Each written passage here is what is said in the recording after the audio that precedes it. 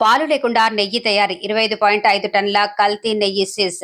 వేడివేడి పప్పనంలో నెయ్యి వేసుకొని తినటం చాలా మందికి ఎంతో ఇష్టం. కానీ మనం ఎంతో ఇష్టంగా తినే నెయ్యి విషయంలో కల్తీగాళ్లు చేస్తున్న మోసం ఆందోళన కలిగిస్తోంది. పాలు, వెన్న వంటి పాల ఉత్పత్తులు లేకుండానే నెయ్యి తయారు చేసి మార్కెట్లో విక్రయిస్తున్నట్లు అధికారులు గుర్తించారు. హైదరాబాద్ కమిషనరేట్ పరిధిలో హెచ్ ఫాస్ట్ అధికారులు నిర్వహించిన తనిఖీల్లో భారీగా కల్తీ నెయ్యి బయటపడింది. నగరంలోని పలు ప్రాంతాల్లో అధికారులు తనిఖీలు చేపట్టి మొత్తం 25.5 టన్నుల కల్తీ నెయ్యిని గుర్తించారు. నాణ్యతా ప్రమాణాలకు విరుద్ధంగా ఉన్న నెయ్యిని అధికారులు స్వాధీనం చేసుకుని సీజ్ చేశారు.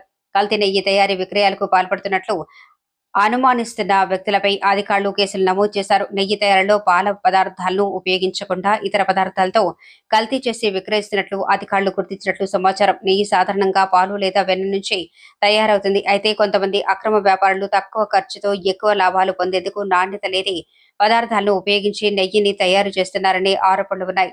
ఇలాంటి కల్తీ ఉత్పత్తుల ప్రజల ఆరోగ్యంపై ప్రతికూల ప్రభావం చూపే అవకాశం ఉండటంతో అధికారులు అప్రమత్తమయ్యారు. ఇటీవల గుజరాత్ లోనూ భారీగా కల్తీ నెయ్యి వ్యవహారం వెలుగులోకి వచ్చింది. అక్కడ సుమారు 30,000 లీటర్ల కల్తీ నెయ్యి బయటపడిన ఘటన దేశవ్యాప్తంగా చర్చనీయాంశంగా మారింది. తాజాగా హైదరాబాద్ లో 25.5 టన్నుల కల్తీ నెయ్యి పట్టుబడటంతో ఆహార పదార్థాల కల్తీపై మరోసారి ఆందోళన వ్యక్తమవుతోంది. ప్రజలు మార్కెట్లో నెయ్యి కొనుగోలు చేసే సమయంలో ప్యాకెట్లపై తయారీ సంస్థ వివరాలు, ఎఫ్ఎస్ఎస్ఏఐ లైసెన్స్ తయారీ తేదీ, గడువు తేదీ వంటి వివరాలను తప్పనిసరిగా పరిశీలించాలని అధికారులు సూచిస్తున్నారు.